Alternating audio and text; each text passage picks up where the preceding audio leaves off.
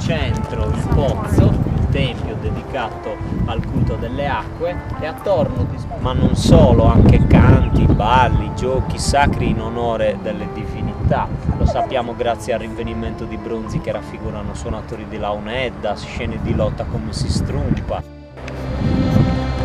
Questo è il pavimento, il vano scala di forma trapezoidale. Osservate poi le pareti, sono aggettanti, cioè vanno a chiudersi verso l'alto. Un'altra teoria sicuramente più affascinante, anche se un po' dibattuta in mondo accademico, è quella che vede la Luna, secondo uno studioso dell'Università di Cracovia, riflettersi ogni 18 anni e 6 mesi all'interno del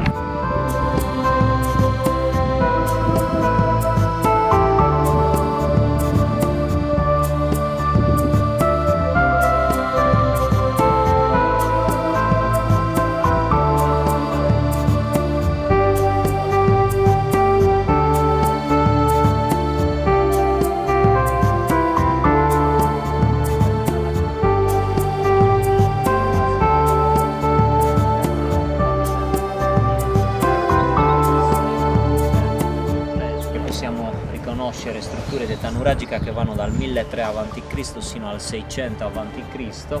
e le possiamo riconoscere, vedete, questi resti di forma circolare, di strutture, qua un altro muro sempre con andamento curvilineo, strutture che vanno al di sotto.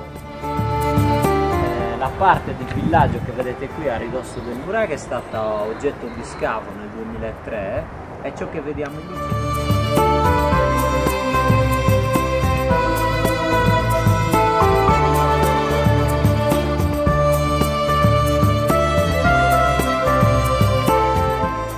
Stessa funzione alla finestrella che vedete lì al di sopra dell'architrave.